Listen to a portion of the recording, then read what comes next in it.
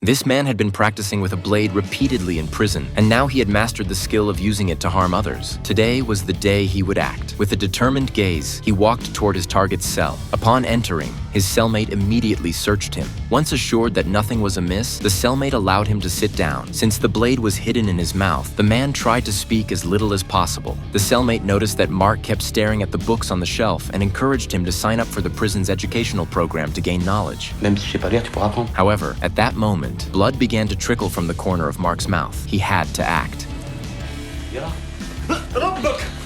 After subduing his cellmate, Mark retrieved the blade from his mouth. He knew that if he failed to complete the task, he would be the one to die.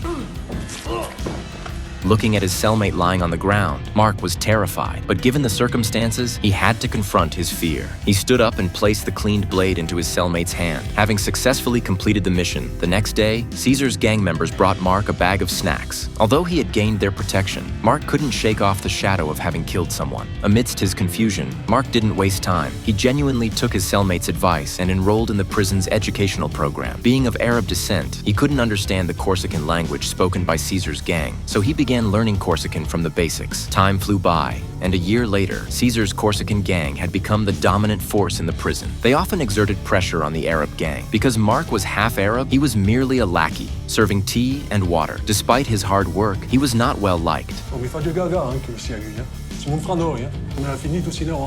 The Corsican language spoken by the gang was incomprehensible to Mark. At that moment, Caesar told him in a language he could understand to get out. Mark realized he would never truly be part of Caesar's gang, so he dedicated himself to studying even harder. In the educational program, he befriended a classmate who patiently taught him grammar. They got along well and became close friends. However, because Mark had joined the Corsican gang, the Arab inmates began to despise him. During conflicts, Reed always stood up for Mark. Meanwhile, a local amnesty policy had been issued for Corsicans, leading to the release of most Corsican inmates. However, since Caesar was the gang leader, his name wasn't on the amnesty list. As a result, his followers dwindled from over 20 to just 5. This turn of events presented an opportunity for Mark.